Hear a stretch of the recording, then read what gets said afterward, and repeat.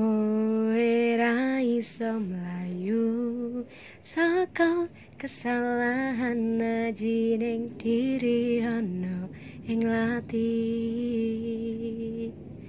Aloha Kevelas, assalamualaikum warahmatullahi wabarakatuh. Apa kabarnya nih? Baik aja kan? Oke, kalian pasti udah tahu ya lagu yang baru saja K-Team nyanyiin.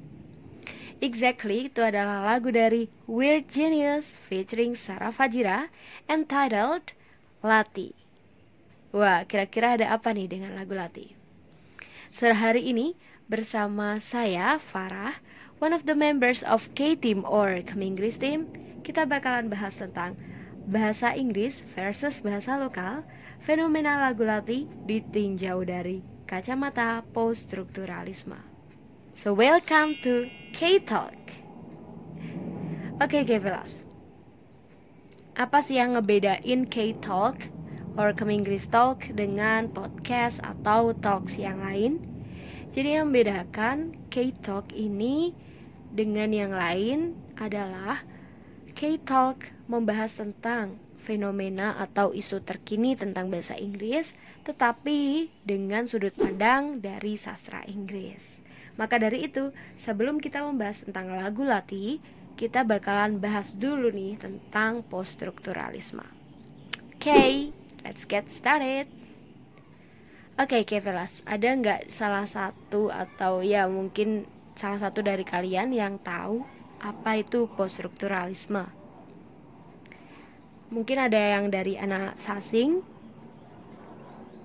Oke, jadi post-strukturalisme menurut Chris Barker ya, saya mengutip, simply we can say bahwa post-strukturalisme itu adalah suatu pendekatan atau suatu paradigma ya, atau cara pandang yang menawarkan konsep dekonstruksi. Jadi dekonstruksi ini dicetuskan oleh Derrida. Apa sih dekonstruksi? Dekonstruksi itu adalah konsep yang berusaha untuk meruntuhkan atau merobohkan general or universal concept yang ada di masyarakat. Jadi gampangannya merobohkan atau meruntuhkan anggapan yang sudah berurat akar yang ada di masyarakat.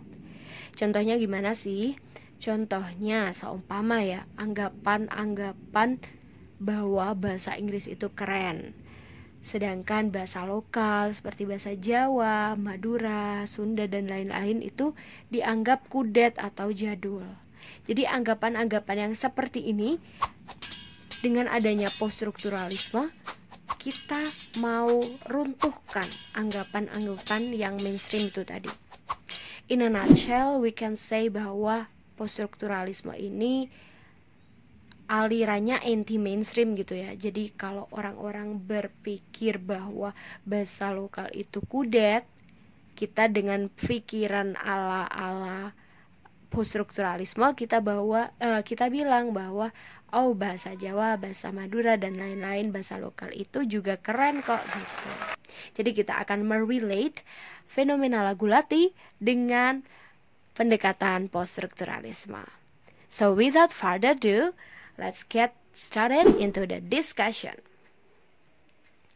Oke, Kevelas, seperti yang kita tahu bahwa bahasa Inggris itu merupakan bahasa global atau bahasa dunia ya. Jadi bahasa Inggris ini udah digunakan hampir di seluruh aspek kehidupan, seperti education, technology, business, and many more gitu. Itulah kenapa orang-orang mulai mempelajari bahasa Inggris ya, dan ya berusaha untuk mastering English to be competent, supaya bisa berkompetisi, bisa bersaing di pasar di era global ini. Nah, terus permasalahannya apa? Permasalahannya muncul dari anggapan atau konstruksi itu tadi.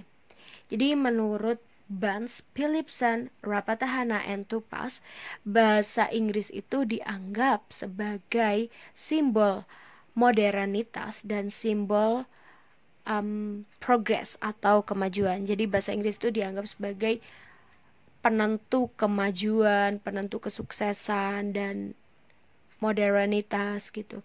Jadi kalau kalian mau sukses, kalau pengen keren, pengen modern, pakai bahasa Inggris gitu. Itu anggapan yang sudah common ya, udah umum di masyarakat. Jadi adanya anggapan itu mencetuskan atau melahirkan hierarki bahasa. Apa tuh hierarki bahasa? Hierarki itu urutan ya. Jadi ya kita bisa bilang ranking lah. Jadi ada perankingan bahasa di masyarakat. Ya memang kita tidak aware ya, nggak sadar, tapi itu terjadi gitu. Di masyarakat tuh ada perankingan bahasa atau hierarki bahasa. Jadi kayak bahasa Inggris itu dianggap paling penting, jadi bahasa Inggris itu ranking 1 gitu. Sedangkan bahasa lokal, bahasa Jawa, Madura dan lain-lain dianggap kudet, jadul, kurang penting, akhirnya rankingnya di bawah gitu, lower than English. Ini yang menjadi a severe problem here gitu. Jadi akhirnya adanya anggapan-anggapan seperti ini tuh yaitu menyebabkan masalah di mana young generation akhirnya mulai meninggalkan bahasa lokal. Mereka berpikir bahwa bahasa lokal jadul, udah bahasa Inggris saja. Akhirnya bahasa lokal ditinggalkan, dilupakan. And this is where the problem starts gitu. Terlebih orang tua sekarang ya, I say dominantly, kebanyakan orang tua sekarang itu guru-guru juga ya, sebagian besar mereka lalai dan terlalu promoting English sehingga lupa untuk melestarikan bahasa lokal. Kita bisa lihat fenomena sekarang ini banyak banget dari orang tua ya. Kita lihat di keluarganya itu mereka justru menggembor-gemborkan atau mempromosikan atau membiasakan anak-anaknya untuk bicara bahasa Inggris, to have a conversation by using English gitu. Mereka malah lupa untuk mendidik anak-anaknya untuk bisa berbahasa lokal, bahasa ibunya sendiri ya, mother tongue mereka, bahasa Jawa, bahasa Madura dan lain-lain. Zaman sekarang itu gitu, justru mereka terlalu membiasakan bahasa Inggris. Nah, ini menjadi a severe problem. Jadi masalah ini bukan masalah yang sepele. Ini bisa menimbulkan ke further implication, yaitu ini bisa menyebabkan fenomena kematian bahasa. Jadi bisa gak kalian bayangin Kevelas, gimana jadinya kalau di masa depan terjadi kematian bahasa. Jadi bahasa lokal seperti bahasa Jawa, bahasa Madura, bahasa Sunda dan lain-lain itu tiba-tiba extinct atau punah. Apa yang mencirikan kita sebagai orang Jawa jika tidak ada bahasa Jawa? Hayo. Jadi apa identitas kita sebagai orang Jawa kalau kita nggak punya bahasa Jawa? It becomes a serious problem. Jadi kita akan kehilangan identitas. Ini yang dikatakan oleh David Crystal. Jadi bahasa Inggris itu memiliki ancaman ya bagi eksistensi bahasa-bahasa lokal. Terlebih Coleman juga menganalogikan bahasa Inggris sebagai naga. Jadi bahasa Inggris ini sebagai naga sebagai naga besar yang memakan naga-naga kecil, yaitu memakan bahasa lokal, memakan bahasa Indonesia begitu. Jadi potensi kepunahan bahasa ini sangat besar gitu. Itulah kenapa kita as the young generation seharusnya di era sekarang ini kita bisa coba untuk mensejajarkan bahasa Inggris dan bahasa lokal supaya bisa coexist each other. Jadi we as a young generation, let's maintain local languages in global era. Nah, caranya gimana? How to achieve that goal? Caranya learn it through Weird Genius and Sarah Fajira dengan lagu mereka Lati. Begitu teman-teman. Jadi Lati is really an astonishing phenomenon that we have to learn it from Kevelas. Kenapa begitu? Jadi kalau kita analisa dari poststrukturalisme ya, lagu Lati ini is really an incredible work karena dia itu lagu latih ini menggunakan bahasa Inggris sebagai medium atau sebagai alat to express local languages and local cultures. Jadi melalui bahasa Inggris ini, justru bahasa Inggris ini digunakan sebagai alat untuk promosi budaya dan promosi bahasa Jawa. It's really an incredible work gitu. Jadi through latih song, Javanese ini can be globally recognized, can be widely known around the world.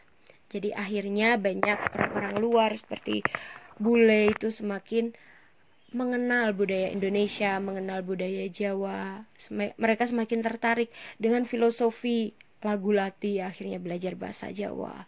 Mereka belajar bahasa Indonesia begitu.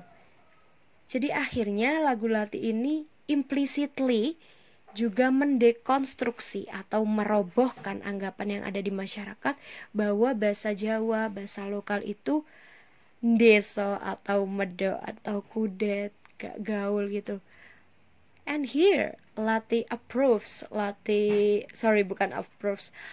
deconstructs, mendekonstruksi itu, dan Latih represents to the world bahwa Jawa, bahasa Jawa itu juga bisa keren gitu. It's really an astonishing phenomenon, Kevilas. Maka dari itu, as the concluding remark, I say, we cannot deny English. We cannot deny the existence of English, but we also cannot surrender to this situation. Jadi kita nggak bisa menyangkal kehadiran bahasa Inggris, tapi kita juga nggak bisa menyerah gitu aja dengan situasi. Oh, udah ada bahasa Inggris, ya udah deh bahasa Jawa ditinggalin aja, dilupain aja. Kita nggak bisa surrender kayak gitu.